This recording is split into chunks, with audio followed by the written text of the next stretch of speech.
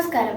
ഞങ്ങൾ ഇവിടെ ഇൻട്രൊഡ്യൂസ് ചെയ്യുന്നത് ഒരു എമർജൻസി ഹബിനെയാണ്. ഈ ഹബിൻ്റെ പേരെന്ന് വെച്ചാൽ floating solar powered emergency hub എന്നാണ്. ഇതിൻ്റെ പേര് തന്നെ നമ്മൾ ഇങ്ങനെ കൊടുക്കാൻ കാരണം എന്ന് വെച്ചാൽ ഇപ്പോൾ ഒരു ഫ്ലഡ് എന്നൊരു സിറ്റുവേഷൻ ഉണ്ടായാൽ ആ സിറ്റുവേഷനിൽ എവിടെയെങ്കിലും ദുരിതാശ്വാസ ക്യാമ്പുകളിലും അല്ലെങ്കിൽ മറ്റു ഒറ്റപ്പെട്ട സ്ഥലത്ത് നിൽക്കുന്ന ആൾക്കാരെ രക്ഷിക്കാനും അല്ലെങ്കിൽ അവർക്ക് അത്യാവശ്യമായ സാധനങ്ങളും സംവിധാനങ്ങളും പ്രൊവൈഡ് ചെയ്യുന്നതാണ് ഇതിൻ്റെ പ്രധാന ഉദ്ദേശം. ഈ പ്രളയം ബാധിച്ച സ്ഥലത്ത് നിറയെ വെള്ളമായിരിക്കും. അപ്പോൾ ഈ ഹബിന് മൂവ് ചെയ്യാൻ അതിൻ്റെ അടിഭാഗം നമ്മൾ ബോട്ടിൻ്റെ ഷേപ്പിലാണ് നിർമ്മിച്ചിരിക്കുന്നത്. ഇതിൻ്റെ 4 സൈഡിലും 4 വീലും നമ്മൾ ഘടിപ്പിച്ചിട്ടുണ്ട്. അതുവഴി ഇത് കരയിലൂടെയും വെള്ളത്തിലൂടെയും ഒരുമിച്ച് ഇതിന് സഞ്ചരിക്കാനും സാധിക്കും. ഈ ഒരു പ്രവൃത്തി യാഥാർത്ഥ്യമാക്കാൻ വേണ്ടിയിട്ടാണ് ഈ 4 വീൽസ് ഇവിടെ നമ്മൾ ഘടിപ്പിച്ചിരിക്കുന്നത്. ഈ വീൽസ് മൂവ് ചെയ്യാനായിട്ട് നമ്മുടെ ഇവിടെ ഹൈഡ്രോളിക് മോട്ടർ ഇതിൻ്റെ അടുത്തായിട്ട് ഘടിപ്പിച്ചിരിക്കുന്നുണ്ട്. ഈ ഹൈഡ്രോളിക് മോട്ടറിൽ നമുക്ക് ആവശ്യമായ ഫ്ലൂയിഡ് എത്തിച്ചു കൊടുക്കണം. അതിന് വേണ്ടിയിട്ട് നമ്മുടെ ഈ ഒരു ഹബിനകത്ത് തന്നെ പവർ സ്റ്റേഷൻ ഉണ്ട്. ആ പവർ സ്റ്റേഷന് അടുത്തായിട്ട് ഒരു റിസർവോയർ നമ്മളവിടെ വെച്ചിട്ടുണ്ട്. ആ റിസർവോയറിൽ ഇരിക്കുന്ന ഓയിൽ വഴി നമ്മൾ അതിനെ പമ്പ് ചെയ്തിട്ട് ഹൈഡ്രോളിക് മോട്ടറിലേക്ക് എത്തിക്കുകയും അതുവഴി പാസ്കലിലോ അപ്ലൈഡ് ആയിട്ട് ഈ വീലിൻ്റെ അപ്പ് ആൻഡ് ഡൗൺ മോഷൻ നടക്കുന്നത്. അങ്ങനെ ഹബിൽ പോകാൻ പറ്റാത്ത തരം വെള്ളമാവുകയാണെങ്കിൽ അപ്പ് ആൻഡ് ഡൗൺ മോഷൻ നടന്നിട്ടാണ് ഈ ബോട്ട് മൂവ് ചെയ്യുന്നത്. ഈ ഹബിൽ സെൻസർ ഘടിപ്പിച്ചിട്ടുണ്ട്. ഇപ്പോൾ ഈ ബോട്ടിന് മൂവ് ചെയ്യാൻ പറ്റാത്ത രീതിയിൽ, ഈ വീല് വഴി മൂവ് ചെയ്യാൻ പറ്റാത്ത രീതിയിൽ വെള്ളം വരികയാണെങ്കിൽ ഈ സെൻസർ ഡിറ്റക്റ്റ് ചെയ്യുകയും ഈ വീല് അപ്പാവുകയും ചെയ്യും. അതുവഴി അതിന് മൂവ് ചെയ്യാൻ സാധ്യമാകും.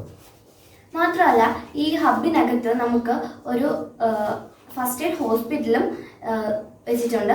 ഈ ഫസ്റ്റ് എയ്ഡ് ഹോസ്പിറ്റൽ വഴി നമുക്കൊരു സ്റ്റാഫിനെ ഉൾപ്പെടെ പ്രൊവൈഡ് ചെയ്തിട്ട് നമ്മൾ രക്ഷിച്ചുകൊണ്ട് വരുന്ന ആൾക്കാർക്ക് അത്യാവശ്യമായിട്ടുള്ള ഫസ്റ്റ് എയ്ഡ് കൊടുക്കുകയും മെഡിസിൻസ് പിന്നെ ബാൻഡേജ് തുടങ്ങിയവ പ്രൊവൈഡ് ചെയ്യാവുന്നതുമാണ്.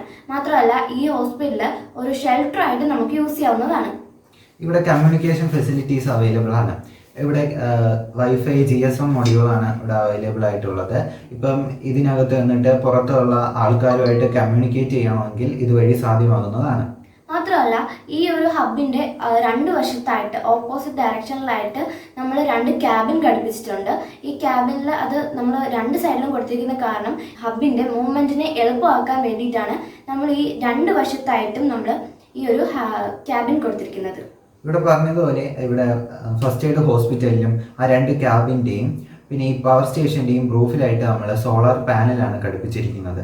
അതുവഴി പകൽ സമയത്ത് സൂര്യനിൽ നിന്ന് കിട്ടുന്ന ലൈറ്റ് എനർജിയെ നമ്മൾ കൺവേർട്ട് ചെയ്തിട്ട് ഈ പവർ സ്റ്റേഷനിൽ ബാറ്ററിയിൽ നമ്മൾ സ്റ്റോർ ചെയ്ത് വെക്കുകയും ചെയ്യുന്നുണ്ട്. ഈ പവർ സ്റ്റേഷനിൽ എന്ന് പറയുമ്പോൾ ലെഡ് സ്റ്റോറേജ് ബാറ്ററിയാണ് നമ്മൾ യൂസ് ചെയ്യുന്നത്. കാരണം വലിയ വെഹിക്കിളിലൊക്കെ യൂസ് ചെയ്യുന്ന ബാറ്ററി ആയതുകൊണ്ട് തന്നെ ഇത് കൂടുതൽ സ്റ്റോറേജ് കപ്പാസിറ്റി ഇതിനുള്ളതുകൊണ്ടാണ് നമ്മൾ ഈ ഒരു ലെഡ് സ്റ്റോറേജ് ബാറ്ററി ഇവിടെ തിരഞ്ഞെടുത്തിരിക്കുന്നത്.